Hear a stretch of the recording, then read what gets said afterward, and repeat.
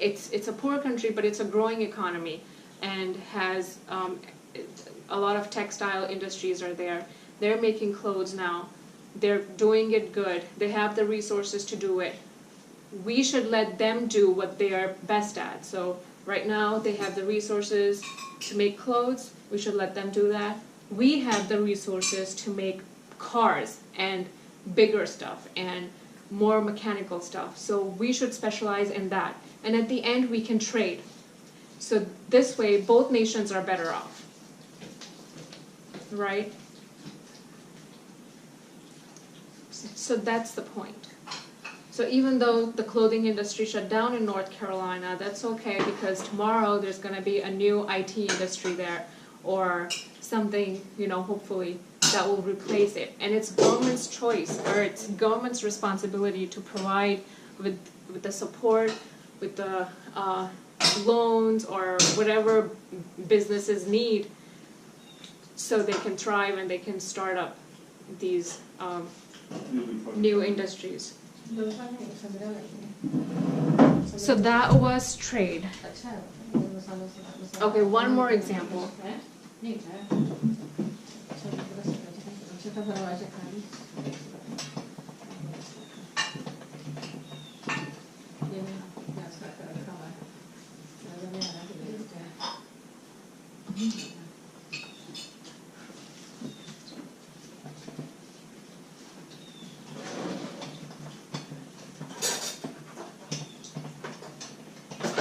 So one more thing in trades, and then we'll move on to our new chapter, which is supply and demand.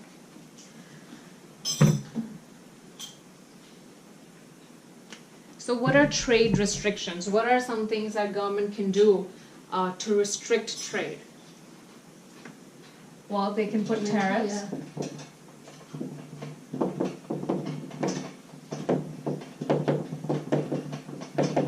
Tariffs are taxes on imported goods.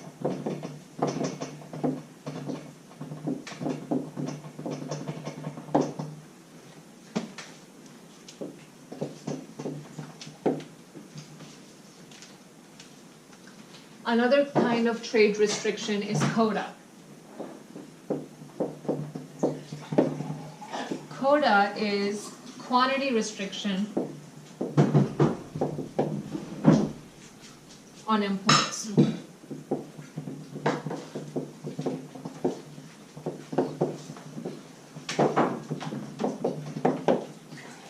So tariffs are tax on imported goods and quotas are quantity restrictions on imported goods. So an example of quota would be that Toyota, which is a Japanese company that produces cars, the US says that, well, Toyota cannot import, we cannot have more than 20,000 cars of Toyota in this year.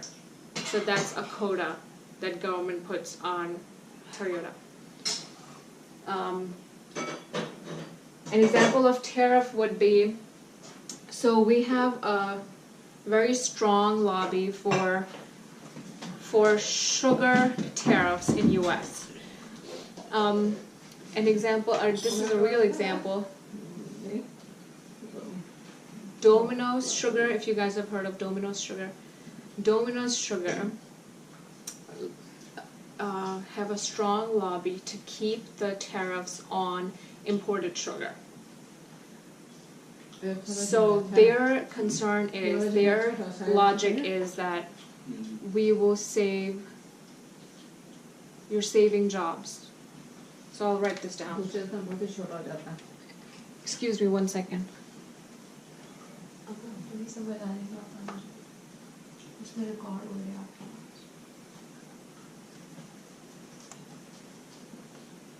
Sorry about that. So Domino's Sugar has a strong lobby to keep tariffs on imported sugar.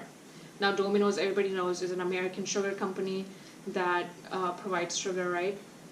So why do they do that? Why do they lobby for putting high tariffs on imported sugars? Well, Domino's logic is that, well, if you're gonna let imported sugar come into US, we won't be able to compete and we'll shut down.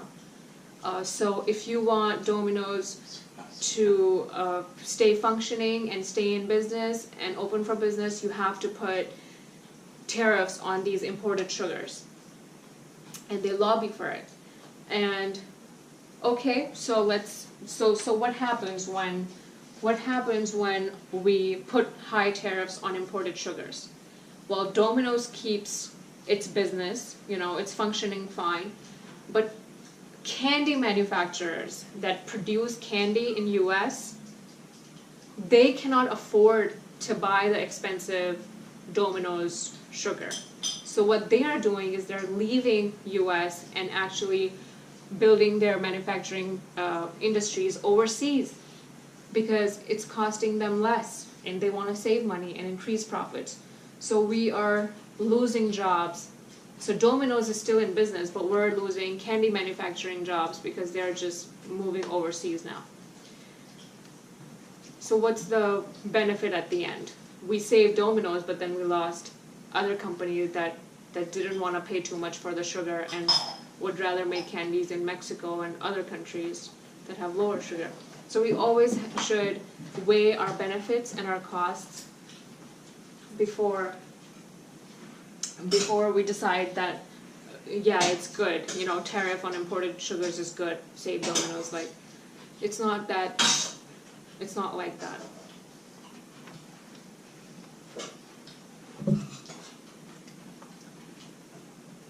Plus, competition is always better. It keeps the prices lower too. So if we allow cheaper sugar from abroad, we'll have cheaper sugar here. Consumers can buy more sugar.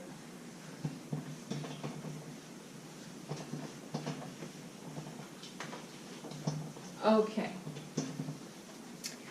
So that was tariffs and quotas. Now, one last thing about production possibility frontier.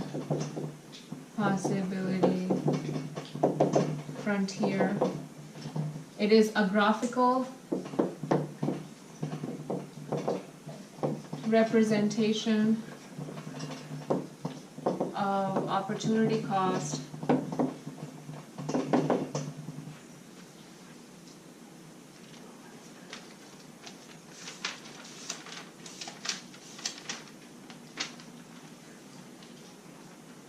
what it means or what it shows is it shows the possible amount of two goods that can be produced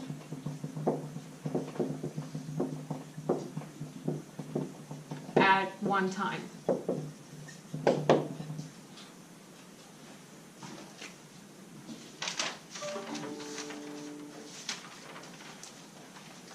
So if you were given soybeans and corn, and you were told that you could either produce 60 soybeans is your maximum with 0 corn, or you could produce 70 corns with 0 soybeans, so this is 0. Or the different other possibilities of productions were that you could do 40 soybean at one time and you could do 45 corn at one time. So you could produce 40 soybean and 45 corn at one time. PP curve.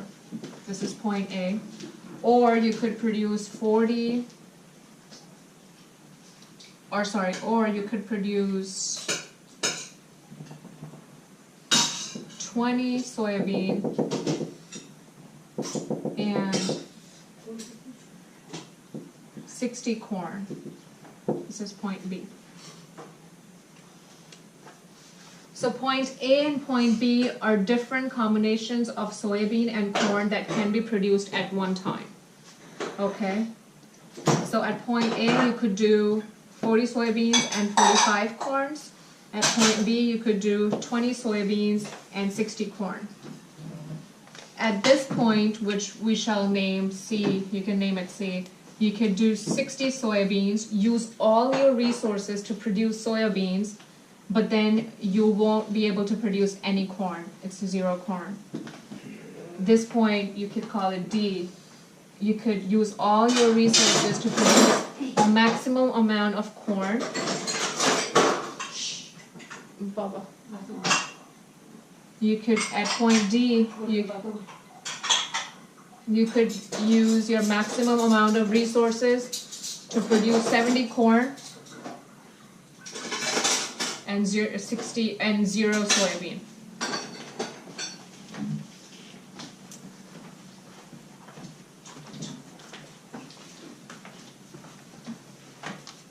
So at point D, you're using all your resources to produce maximum amount of corn, which is 70, but then you're not able to produce any soybean. But these other points are different possibility of productions, a combination of both things that you can do. So if you are given a graph like this and you're asked, what is the opportunity cost? What is the opportunity cost of going from point A to B?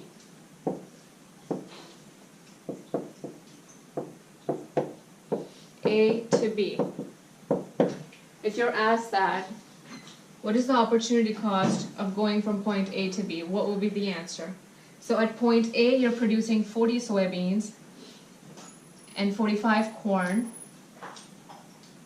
At point B, you're producing less soybeans. Before you're producing 40. At point B, you're producing less soybeans, but you're producing more corn, 60 corn. So what is the opportunity cost of going from point A to B? Well, you will go from point A to B to produce more corns. But in order to produce more corn, you're giving up 20 soybeans. So in order to produce more corns to go from point A to B, you're giving up this amount of soybean. So that's your opportunity cost. So your opportunity cost is to go from point A to B, your opportunity cost is 20 soybeans. Do you see how?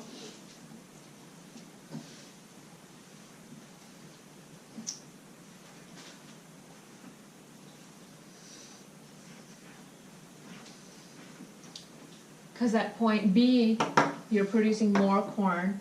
So in order to do that, you're giving up this much soybean. So the point of this is that you have limited resources and you could do so much of one thing. So if you want to grow more corn, you would have to grow less soybean. Or if you grow more soybean, you have to grow less corn. You cannot do maximum of both. You cannot do, at one point, you cannot grow 60 soybeans and 70 corn. It's not possible. There are restrictions. There are limited resources. That's what this production possibility frontier graph shows, that there are limited resources, that you can only do so much. So at these different possibilities, these are the combinations you can produce, but if you want to increase the production of corn, you're going to have to produce less soybean. That is the production possibility frontier. That is the opportunity cost of going from point A to B. 20 soybeans. Okay, so we're done with this chapter and section. We're starting supply and demand now. Let me see.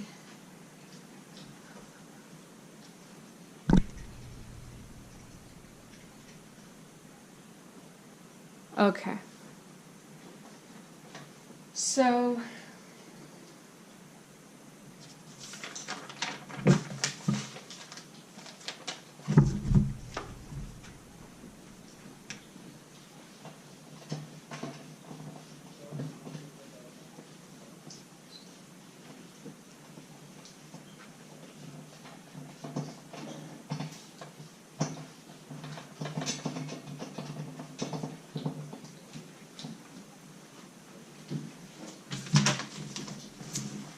So our new topic.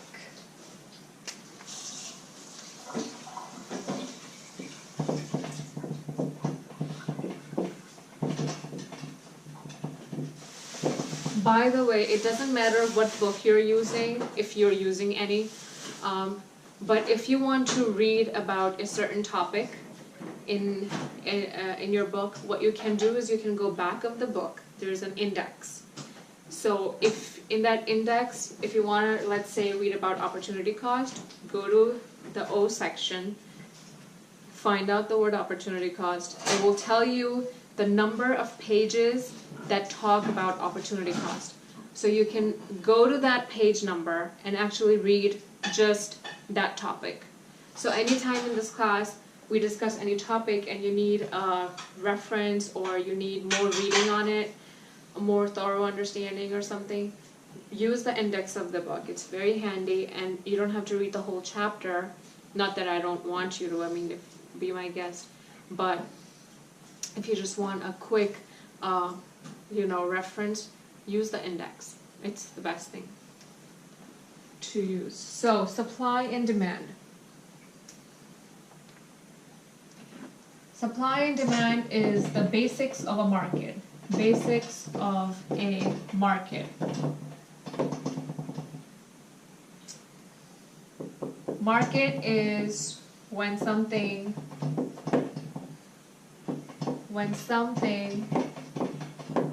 is bought or sold. And there is a price associated with it. And there is a price associated with it. That's your market. When something is bought or sold, and there's a price associated with it. Market could be a product, it could be a labor, it could be wages, it could be service, anything. Market